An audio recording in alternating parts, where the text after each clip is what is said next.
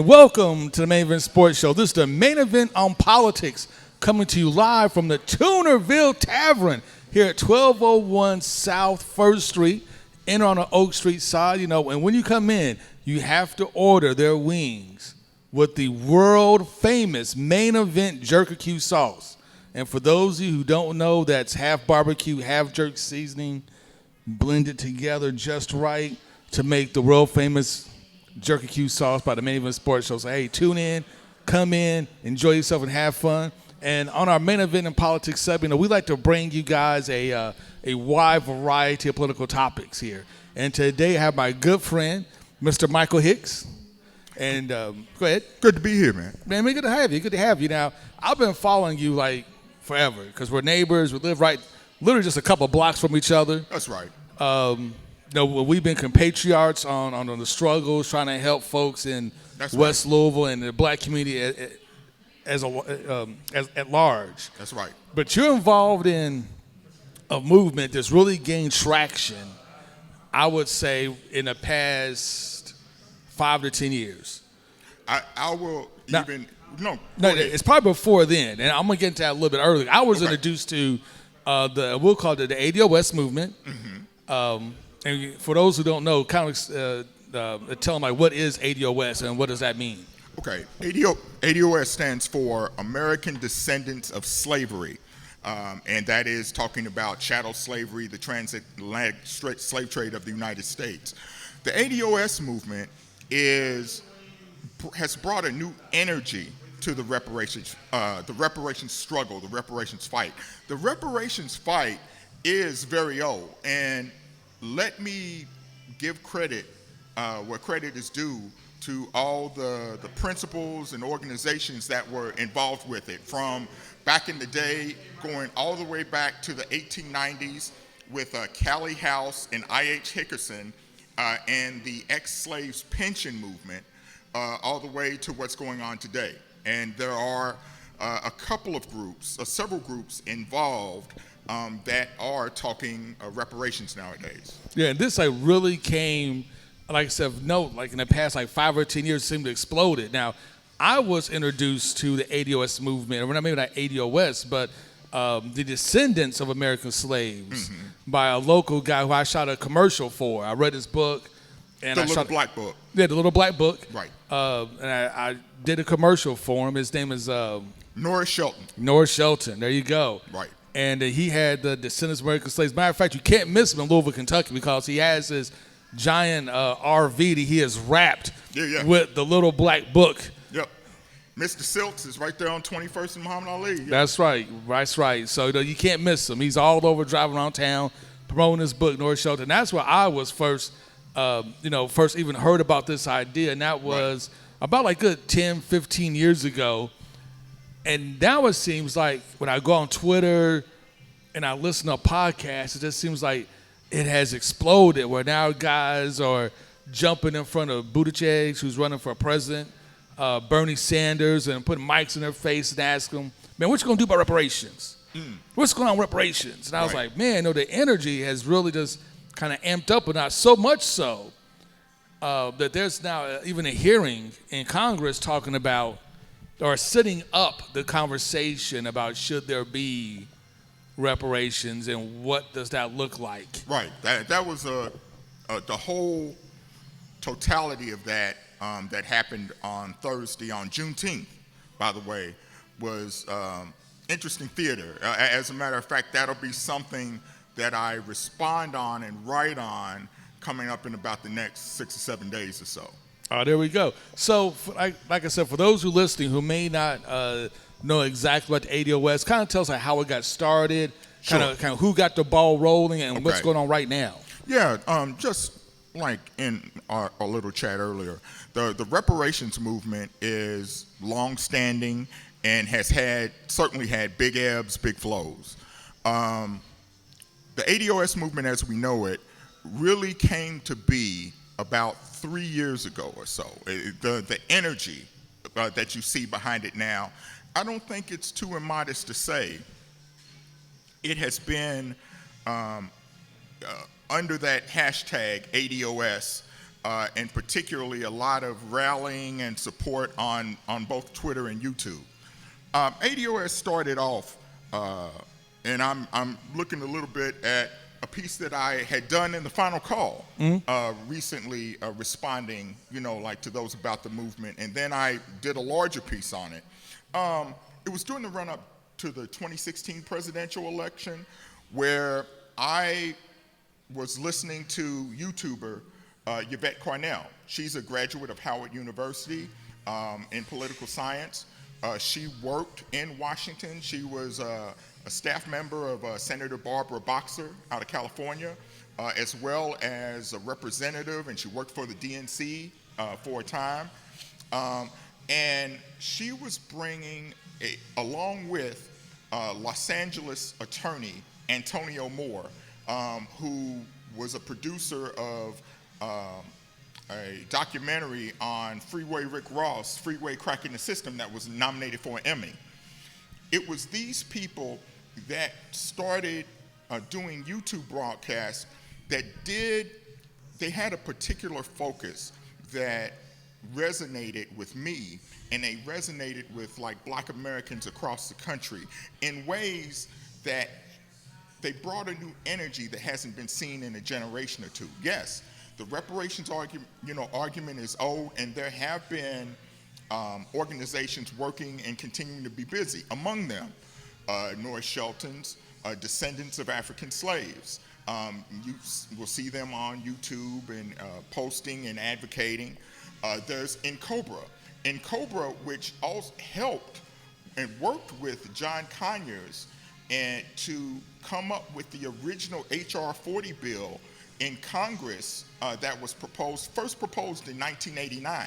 But that's the sadness and the problem of the situation is that it has lingered in committee for 30 years. It's never even gotten out of the Judiciary Committee, even despite the fact that there's been, in that stretch, 2 Democratic presidents who had 2 terms, and in the first 2 years of those terms, they had majorities in the House and the Senate. And in some cases, they had super majorities. Yeah, something very close to it. It was a situation where they had 59, and it eventually became 60 senators in the Senate once Al Franken got seated in 2010. And then they had a large majority in the House, but they never bothered to get it out of committee. They let it just, die on the vine. And it's something that Conyers has been bringing up reparations for years. Right. Almost like right. Once a year he goes and introduces the same bills. Right.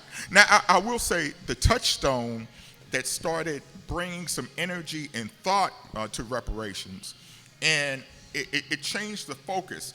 Usually when you've heard reparations being talked about, it's usually been focused just strictly around the issue of slavery. But there is a record of harm, what Coates described as plunder, that goes even longer than that. You have to think of post-slavery, and when you're talking about the South, and many areas of the North, you have to talk about Jim Crow segregation. You certainly have to talk about the issue of redlining, where essentially not only were white Americans incentivized to move to the suburbs, they were incentivized to move to the suburbs, given loans and the means to do so, but Black people were made into the literal opposite. They were literally made a contagion to wealth, meaning that just the presence of a Black family coming into the neighborhood dropped property values. So Black people going from a situation where when they were enslaved, they were the literal wealth of this nation. 4 million enslaved Africans, enslaved Black people, worth the equivalent of then what was $3.5 billion, which would be an untold amount of $1 billion in 2019 dollars now. Well, it'd be $7 trillion easily. Yeah, easily. They were to be transformed from the literal wealth of this nation to a contagion of wealth is the ultimate turnaround. essentially happened was the federal government incentivized discrimination. They incentivized racism. They locked in a system where wealth was intentionally denied to black people. Or in some cases in Tulsa, Oklahoma, were stolen. In 1924. Then you had Rosewood and Rosewood 23, and there's several other atrocities.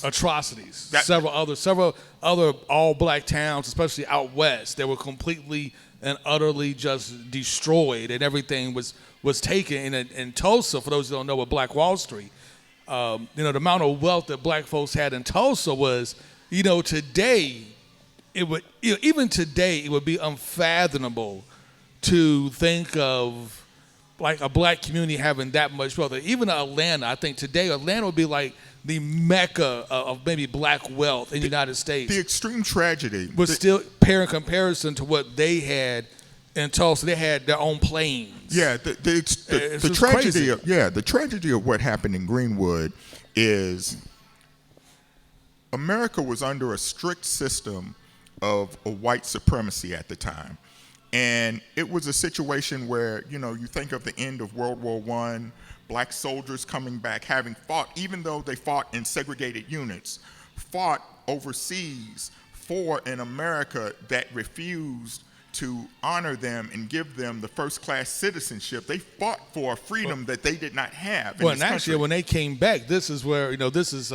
not to date the video, which I'm about to. Okay. But this is the summer of 2019, which is the 100-year anniversary of the Red Summer of 1919, which is like where all those black soldiers, when they came back and they would participate in the parades of, the troops coming back. A lot of times they were pulled out of those parades, beaten and lynched. Some were lynched in their uniforms. And then the black community would say, hey, we're not having that. They would take up arms. You had these large race riots, mostly in the North. A lot of people don't know this. Mostly in the North. New York. I think the worst one's actually in Detroit. Chicago. St. Louis. St. Louis. So, a lot of these cities had like these very, very large, race riots in summer of 1919 when the black soldiers came back and they were like, we fought for freedom for this country, and we come back and no, you want us to treat us the same, and we're not having that.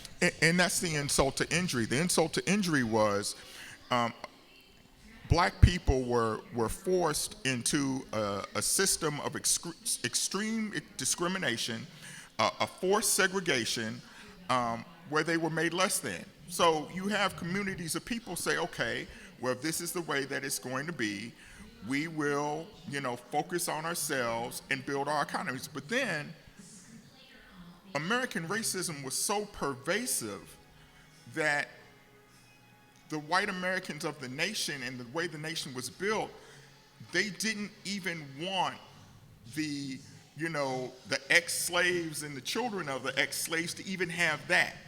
So it was, and this is the part of accrued failure, plunder, and essentially plunder. Because when you literally, fly planes, and planes weren't much of a thing for that long, and you are dropping fire bombs, and literally burning a town to the ground and killing hundreds. And this is going back to the 1924 Tulsa riots, where they dropped dynamite, sticks of dynamite from the ground, and it was from the air rather. Bombed Tulsa, Oklahoma.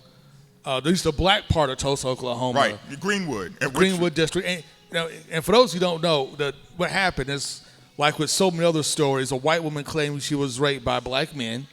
They held him in a jail. Of course, the lynch mob showed up to lynch him. Well, a group of citizens surrounded the jail armed. A group of armed black citizens surrounded the jail. Was like, no, you're not taking these guys out. You're not going to lynch these guys without due process, without a trial and things of that nature. And that started a riot, which included the National Guard.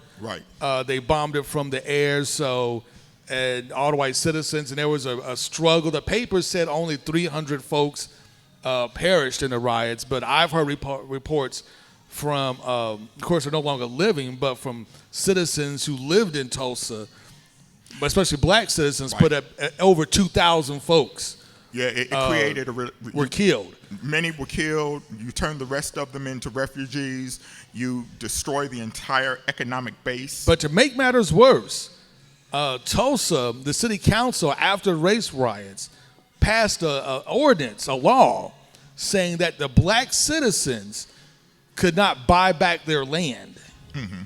So only the white citizens could buy back their land, making sure that you crippled the economic viability of black Tulsa. Right.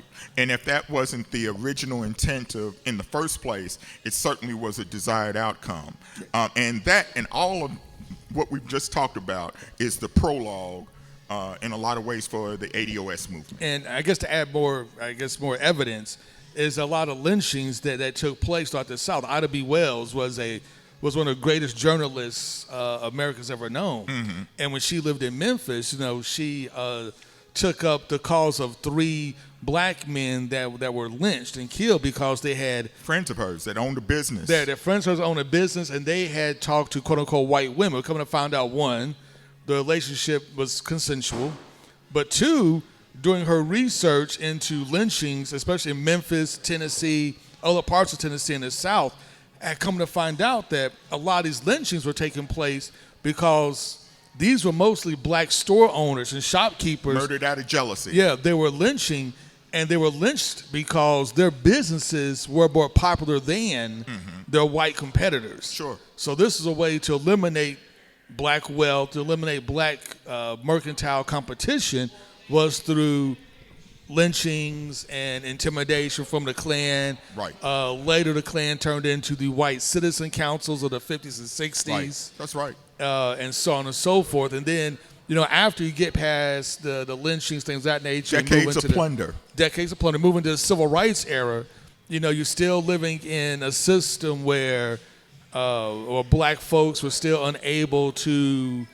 Now, I'm not going to say we're unable to, but it was pretty well known that you could have but certain jobs. You were not going to be the manager of GE. You're never going to be the manager or foreman at Ford Motor Company or in these other companies. So you have a PhD in chemistry, which pretty much means that you have the luxury of being a janitor at Dow Chemical. It is what happens when a group of people are targeted for being a permanent underclass.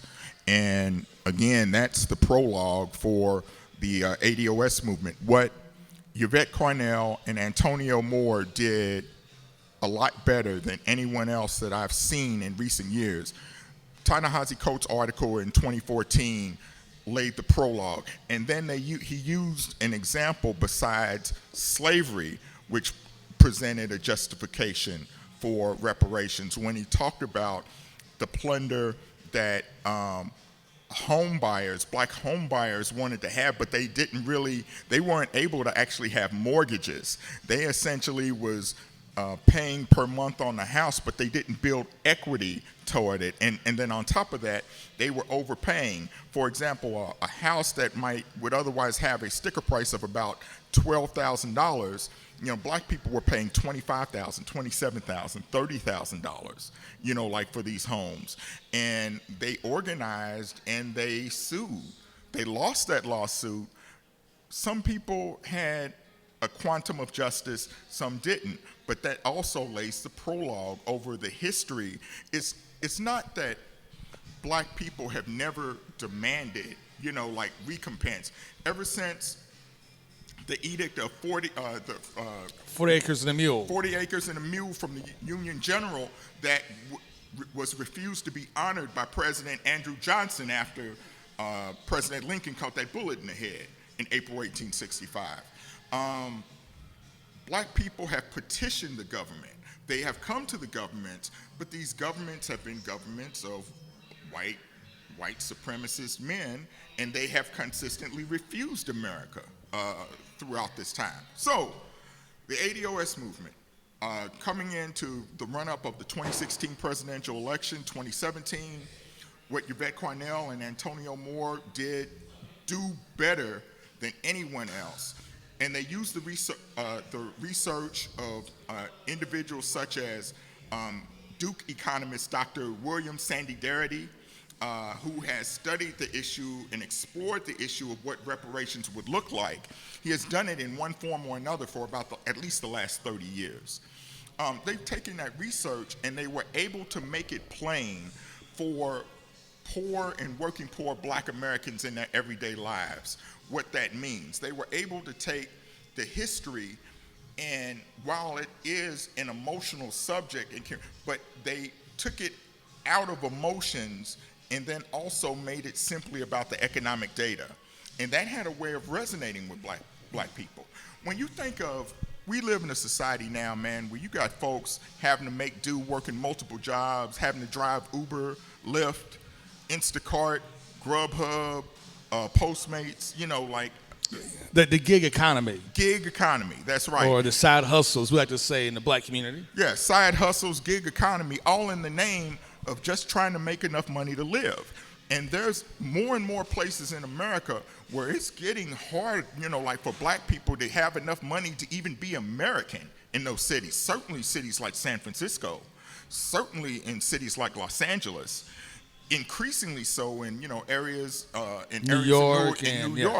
And that is coming to Louisville as well. You know, like trust. When you see the development going on in Portland, the development going on in the Russell neighborhood, and you see the changes that are going to be made, but you don't see the commensurate amount of, quote, affordable housing, unquote, being built, that same crisis is going to be on its way here. As a matter of fact, you're seeing signs of it now because all you would have to do is look under the Jefferson Bridge. There you go. So let's talk about what would reparations look like. So let's say the next president of the United States, whoever it may be, goes all in and say, you know, I'm going to grant Black folks in America reparations. If it happened that fast, okay. If it happens that fast. We could snap your fingers and make it happen. Right. One, who would get reparations? Okay. Would it just be a check? Would it just be just money? Would it be investments in institutions such as HBCUs and things of that nature? So what exactly would those reparations be? And more importantly, like what is ADOS advocating those reparations should be? Great questions. I would encourage everyone that is listening to the show or watching it or watching the stream in some form or fashion to go to ADOS101.com.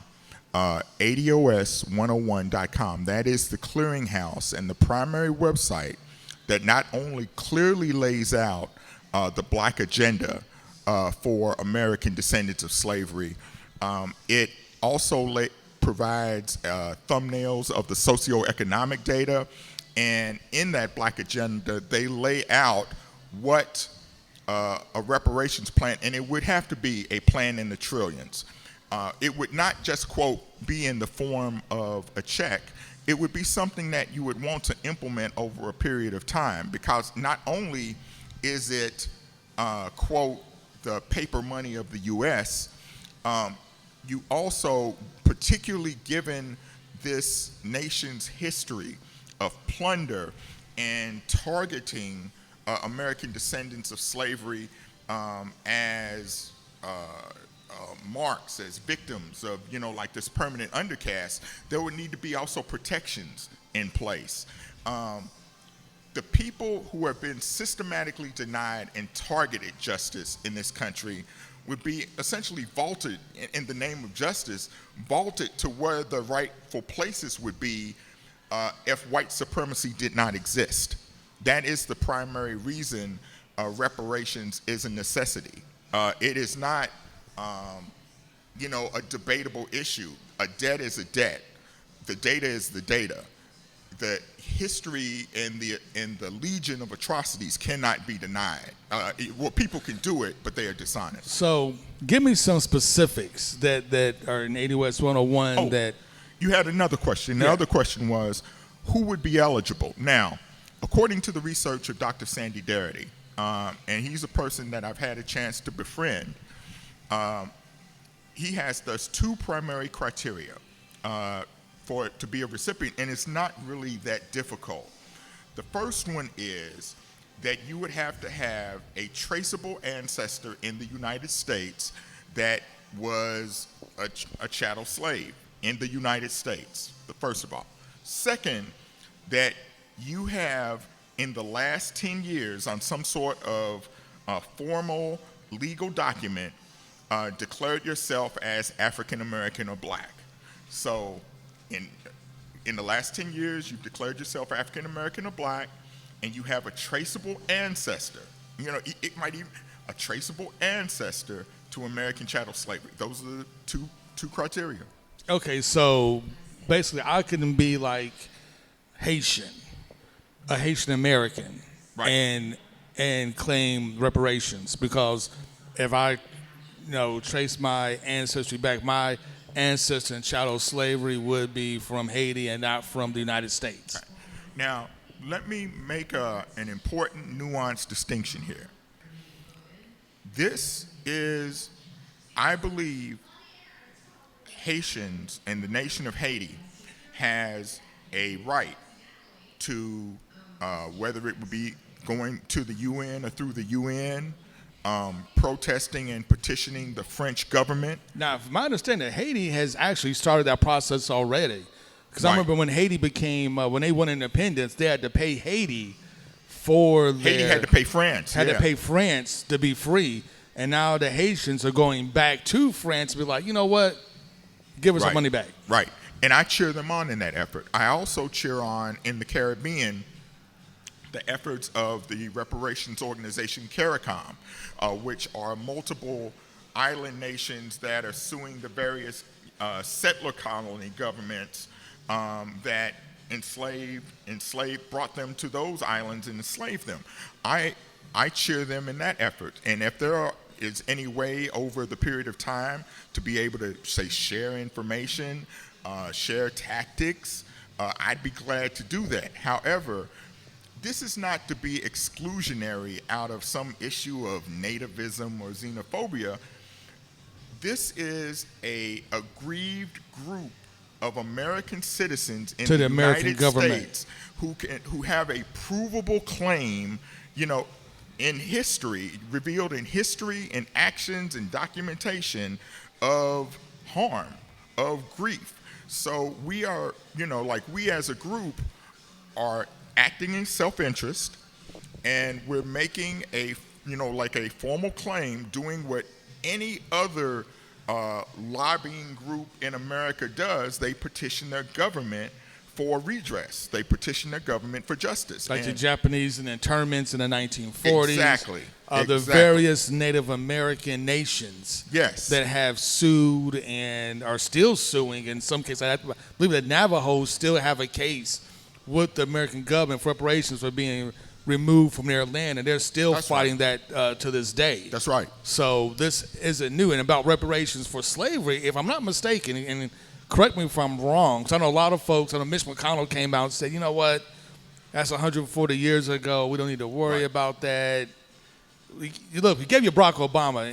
Your Negroes happy? They're not their work. But if I'm not mistaken, I say, correct me if I'm wrong, didn't the American government give reparations to Confederate slaveholders, where after the Civil War, they gave white Confederate slaveholders $300 per slave that they lost? Yes, I think something like along the lines of 275 or so Confederate slaveholders were compensated for, the slaves that they lost.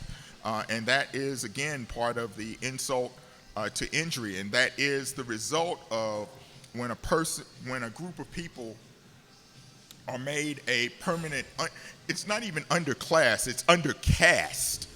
It's a situation where you're locked in a caste situation where the desire is to not let you rise above that, but then that caste is a undercast, and you're meant to be essentially kept there forever and ever. But you're sold an American lie when aberrations exist and come up, you're sold those aspirations and the aberrations Oprah's, the as Jay-Z's. something that you can do as well. But the reality is, and that's what Yvette and Antonio brought, the overwhelming majority of American descendants of slavery have no wealth. We're not talking about income. We're not talking about what you make. We're talking about wealth, which is what you own versus what you owe. And when you talk about wealth, black folk lack it. Look, 20 million black families in the United States, about 83 million white American households and families in the United States. Out of that 20 million, there are only 380,000 families that have a net worth of $1 million or more. 380,000 out of 20 million. With white American families, there are 12 million families that have net worth of $1 million or more, and 1 million of those families have a net worth of $12 million or more. 14 million there were a number of millions of new millionaires that were made under the Obama administration. And this is something, look, to be in the top 5% of wealth holders in the black community, the 5 percentile mark is if you are worth $350,000 or more. That's how extreme it is. That's how dire it is. When you hear the talk about the racial wealth gap, if you want to understand race and racism in the United States, the racial wealth gap is the primary thing that you need to see, because when you look at all the so-called problems in black communities, it is directly tied to that lack of wealth and the racial wealth gap. So once again, now let's talk about some of the detractors at ADOS, because there are some folks who are detractors. More than a few. Would be Talib Kweli. Yep. Has come out. He wrote a very long article talking about a poorly written rambling one, but yes. About ADOS, talking about how Ms. Carnell is really a Trump supporter in disguise. Mm-hmm. If I'm not mistaken, she was wearing a MAGA hat, talking about how President Trump looked. Okay. And he mentioned some of the things, and some of the other critiques I've heard was about how xenophobic the ADOS movement is, especially as it goes to the traditional Pan-Africanists. Right. Well, to those issues, to Mr. Green. Man, he brought his government name. Yeah, by his government name. By his government name is 1.09 million followers, which probably about 900,000 to 1 million of them are bought. Anyway, but no, focusing on the issues at hand. Mr. Green is loud and primarily wrong. Here's a thought experiment question I want to give you. The thought experiment question is this. Even if all the things that he charges Yvette Carnell with, even if they were true, and they are not, but even if they were true, even if she was a MAGA Republican, and even if she was a Trump supporter, which she is not, that was kind of an exercise that was done for a particular show. The data still is the same. The overwhelming majority of black Americans have no wealth. President Obama did not do anything substantively to assist and aid the black communities. And not so much for the reason that you would expect him to do it because he was black. Not that.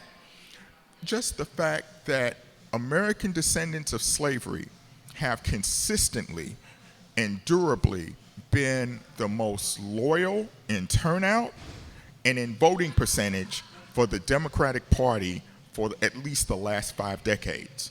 So it would be an issue. Look, Yvette and Antonio have taught the people that watch and listen to their shows, that politics is an exchange.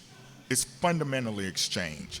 And getting Trump out of office isn't a campaign priority that in and of itself, I'm talking about in and of itself, because, we understand he has been horrible to migrants, at the border, and the things that have happened there and happened in these detention centers are atrocities. But we understand, for as wicked a person as this man is, getting him out of office in and of itself does nothing for ADOS. ADOS is a group and a community that literally wants to put some teeth under the concept of no permanent friends, no permanent enemies, just permanent interests. Being able to break the link of having to be hidebound to one party or another, and being able to change the political scene, to change the political scenario to something where America's political parties come to court our vote as rather than us being beholden to the others. Like, for example, in 2016, there was a narrative coming out of some elements of the mainstream media, particularly amongst liberals to moderates, moderate publications, that somehow, because black people didn't show up for Hillary as much as they did President Obama, and that somehow the blame, some level of the blame is on them. No, I would say, to those actually, white Americans, for them to get their people. Well, actually, from what I've read and what I've seen of those voter returns of the 2016 election, it wasn't the fact that black folks did not show up to vote. They did. We did show up to vote. Now, did we show up to vote for numbers? Did we show up to vote for Obama? No, we didn't turn out the same way. Of course not, because Hillary Clinton wasn't as, quote, galvanizing or exciting a candidate. No, that's not the reason. Let's be honest. The reason was black folks showed up to vote for a black president. Right. Hillary is not a black president, so she's not going to get that type of turnout. I just said it a little nicer. But you did say nicer, you got but to the point. Yeah, but the point is, we're not turning out for a black guy. Yeah, with a black president, we'll turn to vote. But we did turn out in great numbers for Hillary. What let Hillary down, which I know a lot of Democratic folks in the Democratic Party will admit privately, but won't admit publicly, is his white women left Hillary at the altar and voted for Trump, and that's what killed her. And I'll say it. I said before, and I'll say it again. Hillary is one of the worst political candidates in the history of political candidates. Right. Period. End of story. Whether you want to say that was a result of all the years of political attacks, or just the many times that she tripped over. She's not a good politician. I mean, she is just not a good politician. People don't like her. A smart woman, a skilled person in governance, but not a good politician. She's not a good politician. People don't like her. People don't trust her. Right. She's just not. She's not her husband. Right. Well, when it comes down to it, again, if you look at every category, if you look whether it's income, whether it's age group, whether it's men or women, every category, hands down, when it came to white Americans, more people, more whites, no matter the income group, education group, gender, more whites voted for Trump over Hillary. That's what it comes down to. And there's still 60+% of the vote. And that's what it comes down to. Now, so let me ask you a question. So coming up in the 2020 election, if none of the Democratic candidates, I know Elizabeth Warren came out and said that we need to have reparations. Right. At least, let me rephrase that. She came out and said we need to have that discussion for reparations, and brought Native Americans into that discussion as well. Right. Bernie at first said, I don't think it's a good idea, has since changed his mind, if you will. Right. And said we need to have that conversation about reparations. I think Kamala Harris, Cory Booker, Buttigieg, I also believe, said he came out. We have that discussion. Is having that discussion, is that good enough for ADOS, No. or it needs to be? We need to see policies in place. No, it's a start, and that goes into the larger coalition of people talking, like from Tariq's camp, and those you see the hashtag of tangibles and what have you, and that like all plays together and goes along the line. I wanted to just go back real quick to some of the things that Mr. Green said. Go ahead. Mr. Green, just another one of them is he also created a very problematic hashtag, like ADOS is trash. And ADOS, it's more than, the movement is the new thing. ADOS is an identity. You're talking about a people. And given the history of how black people have been marginalized, been projected as an image of being less than human, and then had atrocities committed upon them, that is just really dangerous talk. Even in so-called 2019, we're more civilized now. We understand things better. No, human beings can be, very vile, very petty people who can be sucked under mob mentality if the conditions are right or wrong. And we have to be really careful about our language there. Even in vigorous disagreement with him, I would never want to call him and his trash. And then, part of the reason was ADOS, kind of exposed the okey-doke of the political narrative that was coming around Kamala Harris. And Kamala Harris she is a black woman in that strictest sense, but she is not an American descendant of slavery. Her father was a Jamaican professor. Her mother was an East Indian doctor. And she did go to Howard University. She was an AKA. She, has had her toe in, quote, the black experience, but that is not the same thing. And it's that difference. See, the ADOS movement is not willing to be the mules for everybody else. They're not willing to, carry the weight or be the burden bearers for other American minority groups to be able to jump off their, liberation or justice efforts. And a lot of these groups have done that on our backs, essentially. But the Democratic Party refuses to properly award or reward its most loyal constituency. Now, what they will do is put a few brown faces in high places.